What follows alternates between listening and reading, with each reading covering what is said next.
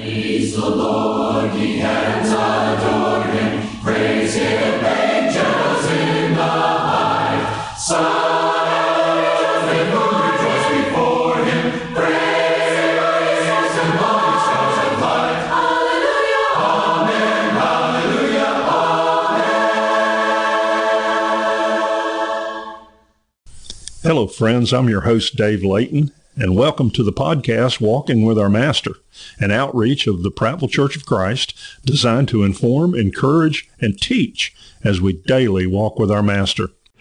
Today, we're visiting with one of my favorite people, Michelle Erfman. Hello, Michelle. Hey, good morning, Dave. How are you? I'm great, and thank you for joining me on this podcast. We're going to be talking about something that I'm becoming more and more passionate about, and I know it's something that you are not only passionate about, but involved in professionally, and we're going to talk about caregiving, and we're going to talk about an event that's coming up here at the Prattville Church in a couple of weeks. So let's start out, tell the audience just a little bit about yourself, and let's kind of get to know you a little bit better. I know you well. I've known you since you were a younger lady. I'll put it that way. A little younger, yeah. Okay, about me, I'm a longtime member here at the Prattville Church, and I was sitting last night doing the math, and I'm like, how long have I been there? 40 years. Wow. Since my family first started attending the Prattville Church. So it's... I didn't even think you were 40 years old. Oh, thanks. Yeah, it's hard to believe, huh? So yeah, professionally, I'm a registered staff nurse. Got experience in post-operative nursing as well as some hospice experience. I'm a nursing instructor. I teach CPR and first aid in conjunction with the American Heart Association. And I've been fortunate enough to participate in mission trips to Central and South America and Jamaica for a combined total of about 6 or 7 trips that I've made. Wow. And with Jamaica in mind, please continue to be in prayer for those people in Jamaica. They're putting their lives back together. Now, I know that you've been to Guyana on several of those trips. Have there been some other areas you've gone to? I have been to Guatemala in Central America, and then the trip or two to Jamaica. Yeah, So, boy, our heart breaks for the folks right now in Jamaica with all this going it's on. terrible. We have some ties there. Okay. Absolutely. So in the future, I'm going to Madagascar in the spring with a church family from Crossville, Tennessee. So looking forward to that. So kind of been around, seen some things, and help take care of people here at home as well as abroad. So I'm really looking forward to more trips in the future. I invited you to be on the podcast because you have a lot of insights into this idea of the role of a family caregiver. Now, you're a professional caregiver through your nursing training, and you understand, and that's what I'd like us to kind of focus on, is how important the family caregiver is to this whole healing process. And so how do you understand, or what is your idea about family caregivers? Well, I actually looked up Google's definition of care. Okay, yeah. And, I did too as I was building the curriculum. Yeah, to break it down. So Google says that care is a feeling of responsibility, the feeling of protection or supervision of something or someone. So therefore, the caregiver is a person who provides that assistance to someone who needs help with daily living activities. So we can care for our children, we can care for the elderly, and daily I care for those with chronic or acute illnesses and disabilities. So I teach nursing students, and one thing I tell them is you can't teach somebody how to care. Either you do or you don't. You know, I'm glad you said that. We're going to talk about some critical skills, and I think I'll add that concept of care, or maybe that would be a good word to summarize all of it, is you're working from a perspective of care. Right. So, you have to have empathy, not just sympathy. Oh, that's terrible. You're looking from afar, but if you empathize with that person, you might care, but the caregiver actually gets in and does something about it. And that is one of those critical skills. So, the other thing you kind of alluded to in that definition that you've adopted there is it impacts people at any stage of life. It can be a parent to a child, sibling to a sibling. We often think of caregiving as I'm taking care of an aged parent, I'm taking care of an aged spouse, and absolutely, and that's probably the majority of the situations. Right. And the other thing is that I've noticed is doesn't have to be long term, as in now they are in an end of life situation, and however how long that's going to take. But my wife was my caregiver when I was going through the cancer treatment. I was her caregiver when she was going through hip surgery. Right. You've got lots of experience, both of you guys. Yeah, on both sides of it. So, right. Okay.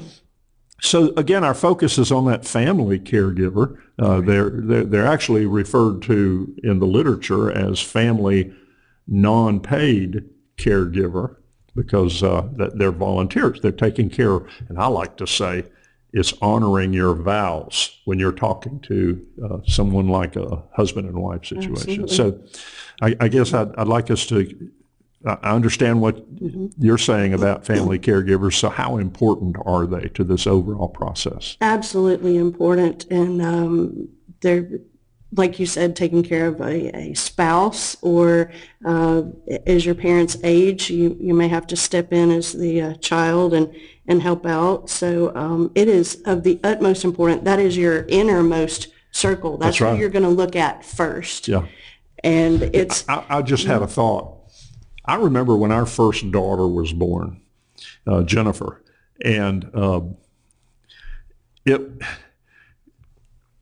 she was delivered in the hospital, and that was great. Lynn had a couple of days of wonderful care in the hospital, and then the nurse wheeled her out with the baby, and we strapped the baby into the car seat, and then we got home, and it's like, now what do I do?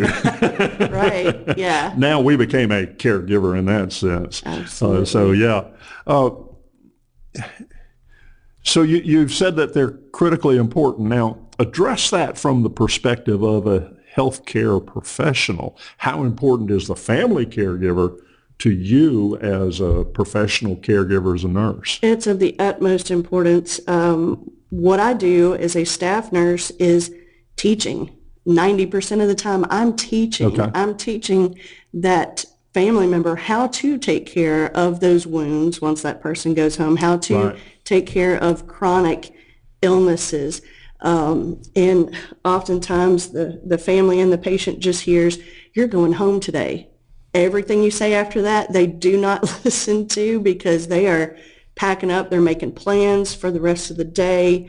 And so it helps to have more ears listening. So you're really treating the whole family. You're not just treating that patient, because what I do is a small drop in the bucket, because those people are going home to recover. They may be going to long-term rehabilitation, things Okay. like that. So it's very important that everyone is on the same page as far as Right. what's going to happen and what the expectations are.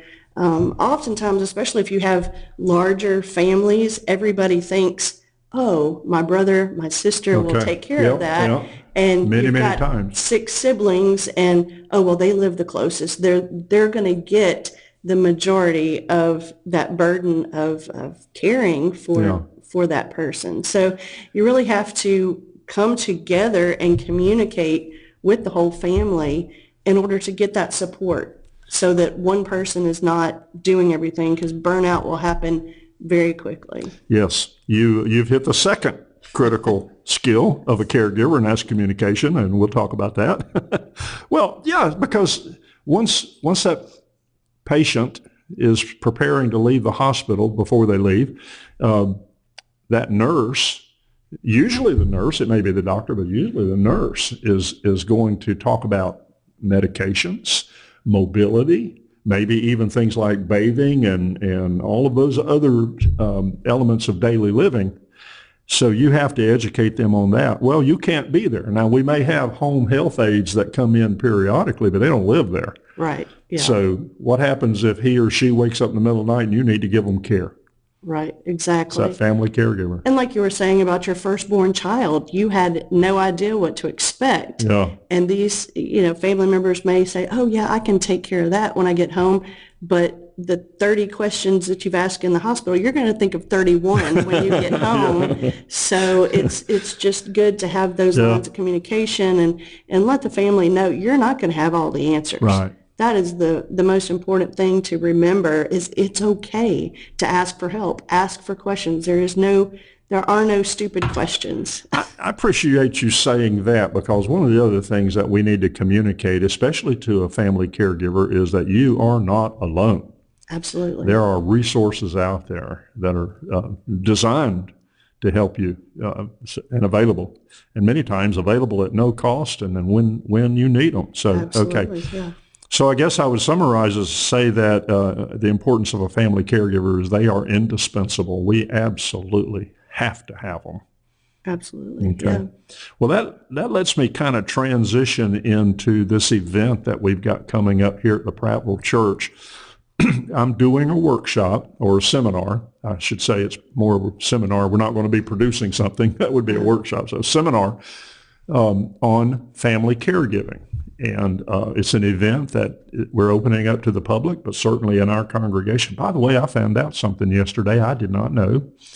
We have at least 17 situations in our congregation where there is the need for a full-time family caregiver. I mean, that person is homebound. Yeah. And so the caregiver is going to be homebound as well. Right. And we're going to be addressing that. But 17 in our congregation. I had no idea. I didn't either. And a couple of them, as I'm looking down the list, I was not aware of. And so that's good to know. Now, that's a manageable number, but I need to get information out to them. And you mentioned other family members as well. So we've got this event coming up November 15th here at the church, and that's what I want to chat about. If you were putting together, excuse me, if you were putting together a seminar and you want to deliver information to people, what kinds of things would you recommend people know about? Well, you've got to, first of all, know your role and know what's expected of you. Yeah. You've listed here some critical skills. You've got to know what to do in case of an emergency. Yeah, especially if you're dealing with somebody who's just come out of the hospital. Maybe they're not in stable condition. I think you know that hospitals, they don't keep you like they used to. It's almost like drive-through surgery sometimes. So the burden falls to the caregivers most of the time after the patient goes home. Yeah. So it's you have to have situational awareness. Oh, that's a good one. This is an emergency. This is not really an emergency, but this is. So you have to know that. So you actually need some sort of training. If you were in the hospital with that patient before they go home, make sure you get all your questions answered before you leave. And it's okay to ask questions. Well, it's not only okay, it is imperative that you ask questions. Exactly. Sit down in a quiet moment, write out some questions so that when you do, the nurse says, well, do you have any questions? Well, I can't think of anything right now. Exactly. No, you need to be able to ask questions. Okay. And in nursing, we always do the teach back method. Okay. That makes you know that they know what they're doing. Okay, what's our plan? What are we doing again? So you tell them, you get them to teach it back to you, and then you can fill in the holes if they have any questions. Yeah. So if they can teach you, then they understand. Yeah, when I was in chemo treatment, I went in one day and the nurse practitioner saw me, and the first thing she asked me was, what medicines are you taking? And then she says, what is your medicine schedule? And I told her which ones I was taking and what day, what time. And then I said, and my wife looks over my shoulder while I'm doing it. She says, that's exactly what I wanted to hear. Absolutely. Yeah. So that teach back method is good. You want to make sure you have it in your mind. Absolutely. One of the other things that we're going to talk about in this seminar is also taking care of yourself. I'm talking about the caregiver needs to take care of themselves. Somebody explained it to me one time. It's like when you're on an aircraft and they drop the mask down, they say the first thing is put it on yourself. Absolutely. You're no good if you're passed out. So that's the idea that you're no good to that care recipient if you yourself are not being taken care of or need to be taken care of. Whatever. And the old adage, you can't pour from an empty cup. Oh, yeah, that's a good one. Fill your own cup. And Yeah. it's not selfishness at all. No. You have to do it because when you're in trying times like that, nerves get exposed, Oh, yeah. and limits are tested, and so sometimes you do have to walk away for the benefit of yourself and the person that you're taking care of. It doesn't have to be anything big. Go get a haircut. Go take a 30-minute walk. Get your neighbor to just, hey, can you Yeah. watch mom while I've got to walk. I've got to go take my dog for a walk or something. So remove yourself from that. And it's not being selfish, self-preservation, and it makes you a better caregiver to do that. And you're going to talk about it too in the seminar, but the resources, people don't know where to go. Yeah. They Yeah. will stop maybe at the church family, and everybody's got lives. Everything is busy. Everything is real convenient today, but what that gives us is more time to do more stuff. Yeah. So Well, yeah. resources is very important to know. We don't need two care recipients in the house. We need one that's fairly able to do Exactly. at least minimum things. Okay. And then you mentioned resources. Yeah, we're going to share resources during the workshop. I've gone out and done some research, and I'll be adding some more things. Simple things like documenting medications, or how do I get organized, or how do I make sure my house is safe for somebody. Yeah, that's And important. so there's things like that we're going to take a look at in a general way, but I have some other resources for them. And then I have a whole list of places that you can go on the internet and find some very good. Somebody might need help with finances, for example. Sure. Somebody might need help with how do I deal with a dementia patient or an Alzheimer's patient, which is a whole new set of challenges. Okay. And as you mentioned, write it down. Oh, yeah. Because, just when you had babysitters come to the house, you had emergency things written down, right? And you had the children's schedules. So do that for an adult as well. This is what time she gets up, or and this is the medication schedule, because, excuse me, if there's two people in the household and the caregiver gets sick as well, Yeah. then somebody's going to have to step in and do something. Yeah. And if it's written down and the schedule is all there, then there's no guesswork to it. And medication is such a critical part. It's a little bit scary. Sure. Yeah. If somebody is going through treatment and they have some medications that are maybe on a restricted list or something like that you have to be very, very careful about. And so, yeah, that's a whole different world too. I was reading in my research an article that mentioned journaling, keeping a journal, so that the caregiver keeps a journal. On this day, this happened, or this day I had to do this, so that if they do have to talk to a healthcare professional, they'll have it. Hey, this is what happened. This was a reaction. So otherwise, if you rely on memory, good luck with that. Right. So, that's a very good idea. Yeah. A very good idea. And then everybody, again, is on the same page, and you Yeah. don't have to guess, when was that happened? They kind of zoned out. I don't know if it was a seizure or what. So if you write down every incident, then yeah, especially things like reactions to medication or whatever. absolutely, it's very important. Yes. Or maybe the person slipped and fell, they were okay, but then later on there was something that came up and you go, that could have happened. Right. Journaling is an excellent idea. Yeah. Excellent. Okay. So we're going to be covering that during the workshop. I mean, it's just, it's a 3-hour program that I'm doing, but I already know of several follow-on things I'm going to be looking at. Okay. We've talked about critical skills, and I'd like to talk, you mentioned empathy, that idea of putting yourself in that person's place, a little bit different than sympathy. Certainly we do feel bad that something's happening to somebody, but we need to know, how is that person feeling? To me, that's kind of a foundational thing. If I am able to share in what that person is feeling, then other things are going to flow a little bit easier, like communication and my situational awareness and things like that. Absolutely. Yeah. And then communication, I mentioned it, and we're going to talk about communication because that is such an important skill. We're going to talk about what communication is, and then the skill of improving my ability to listen empathically. Right. So I always remember in nursing training, I'm not a nurse or trained in any of that, but I helped develop some curriculum, and they always talked about therapeutic communication. You don't want to sit there and say, man, you are in bad shape. I think the end is near. Right. That's not helpful. Whoops. No. You don't have to lie to them, but you can learn to soften the blow a little bit. Right. And like you said, listening is probably the most important skill. We've all been there before. Someone passes or someone has a bad outcome for their disease or whatever, and you don't know what to say. You don't have to say anything. That's right. Just be there. That's right. Pat them on the shoulder, give them a hug if they want that. But just so many times that somebody knows that you're listening to me.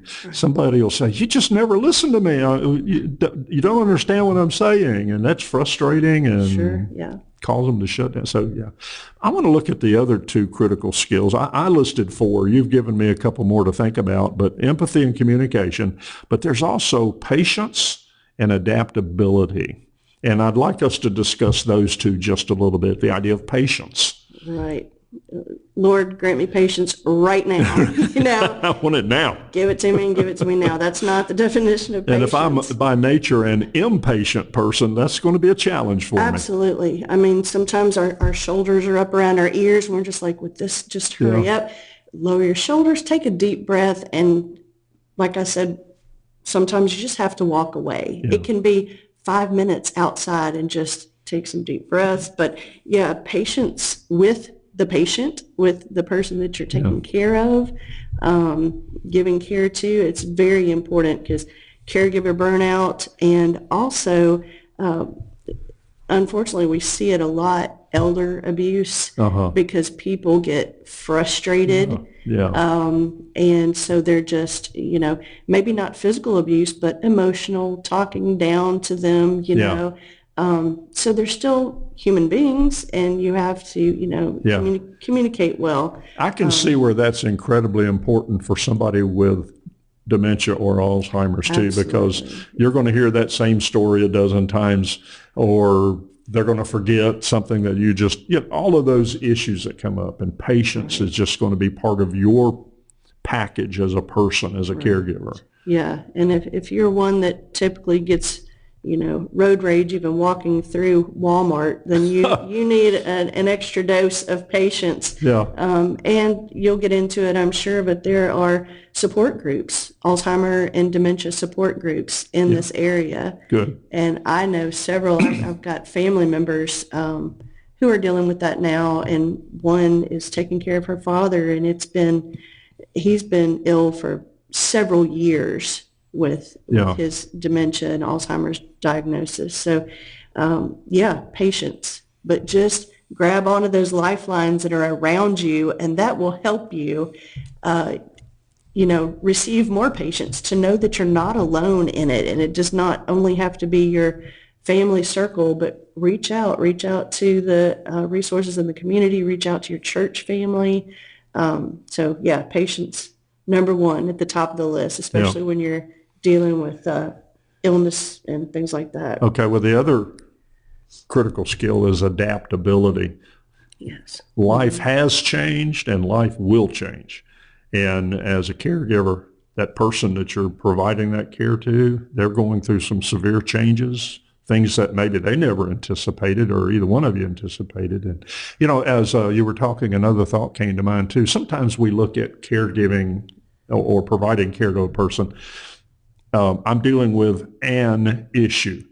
Most time it's multiple issues. Right. It might be somebody who is not only physically handicapped, but now they're going through some other challenges. I mean, imagine somebody who's physically handicapped for whatever reason, and they're also struggling with dementia or whatever. You've got an incredible challenge in front of you. So absolutely. It's wow. And talking about the support groups, you are not alone. And if this is a new situation for you, you go talk to that person that's been doing it for 2 or 3 years.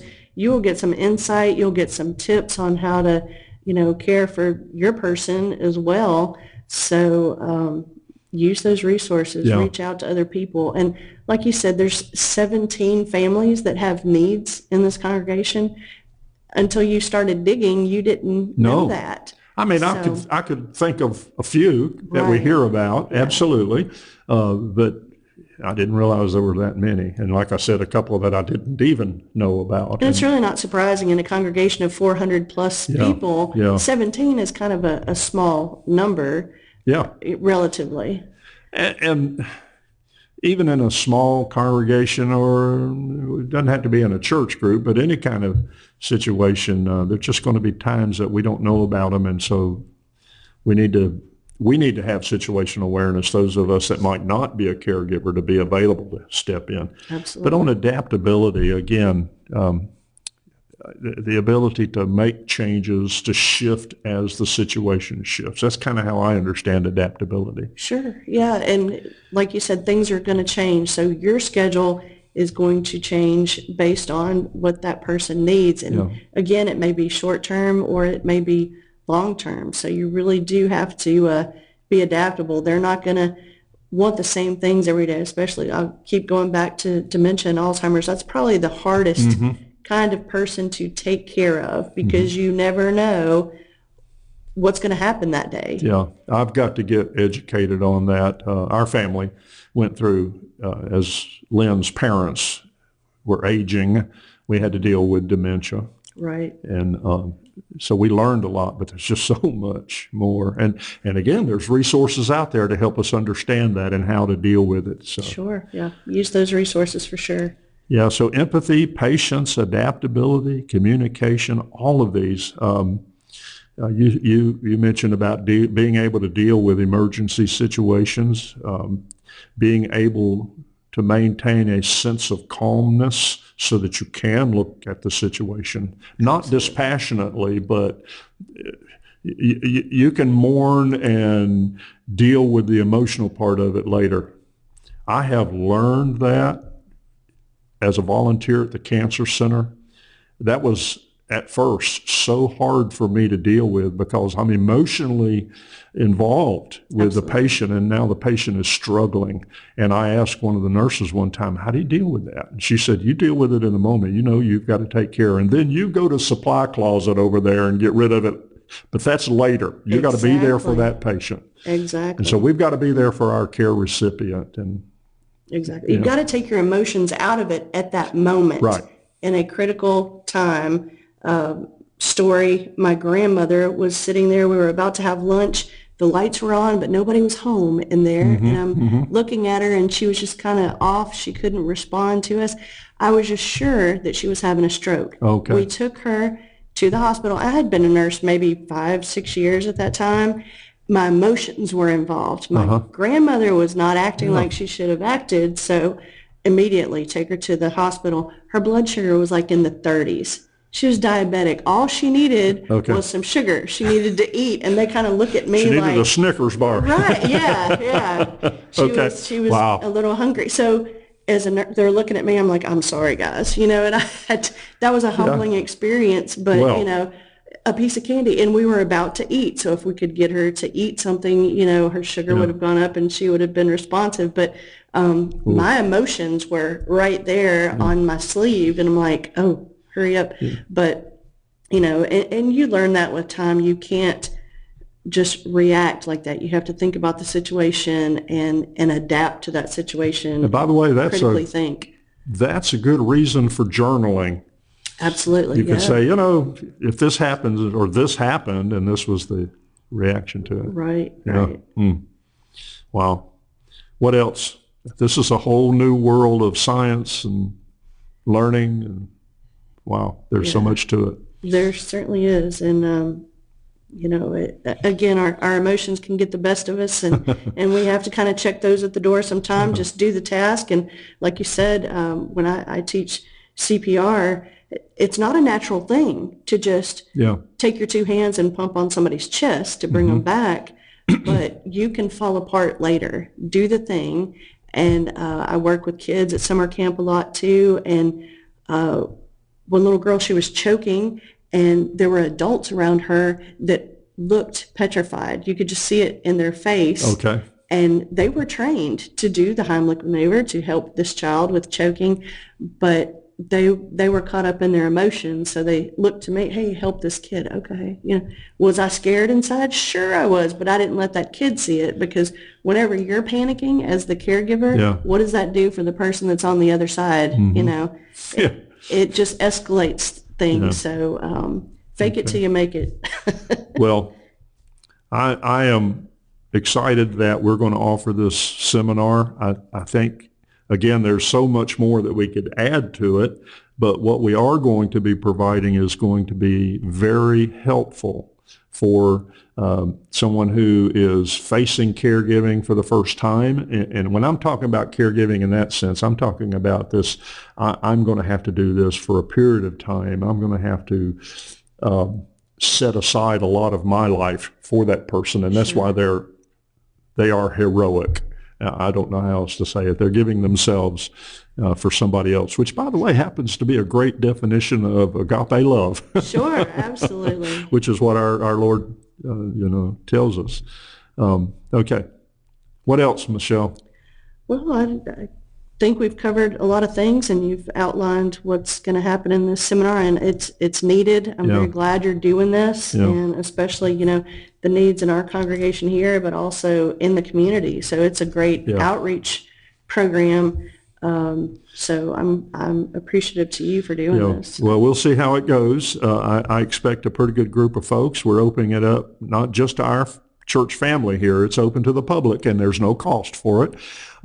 Folks are going to walk away with some knowledge and maybe a little bit of skills, but they're going to also walk away with some things in their hands, some resources, some takeaways that they can begin to use immediately. Right. And maybe prepare in some of the resources I'm giving out. How do I prepare for this? And it's good for people who are currently taking care of people, or you're going to be somewhere down the line. Your parents are going to get aged. Your children may have a disease that you're having to take care of. So even if you're not a caregiver right now, you're going to be at some point. So everybody should. Everybody. You're either going to be a care provider, you're going to need care, or you are receiving care. Absolutely. And by the way, it's also sometimes it happens in an emergency, and we don't have time then to prepare. We have to be prepared. So if we're prepared ahead of time,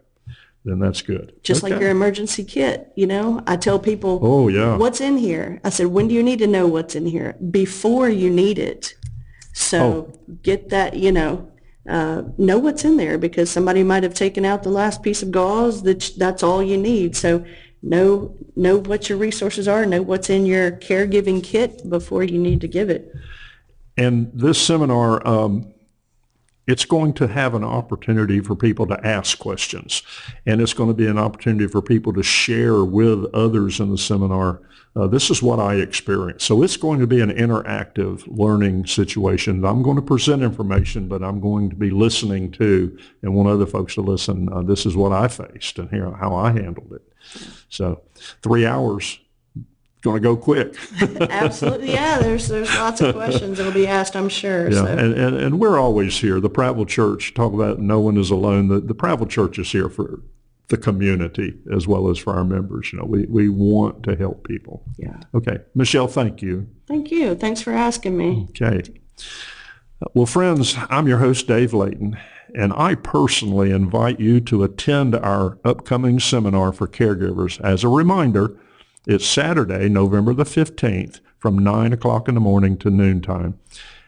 And thank you for joining Michelle and I in this podcast. I hope you will continue to do so. If you wish to share with me something from your walk with our Master, or you would like to learn more, please email me at walkingwithourmaster@gmail.com. That's walkingwithourmaster@gmail.com. I invite you to follow our podcast and share it with others as together we walk with our Master. And until next time, remember, we give all glory to God our Father.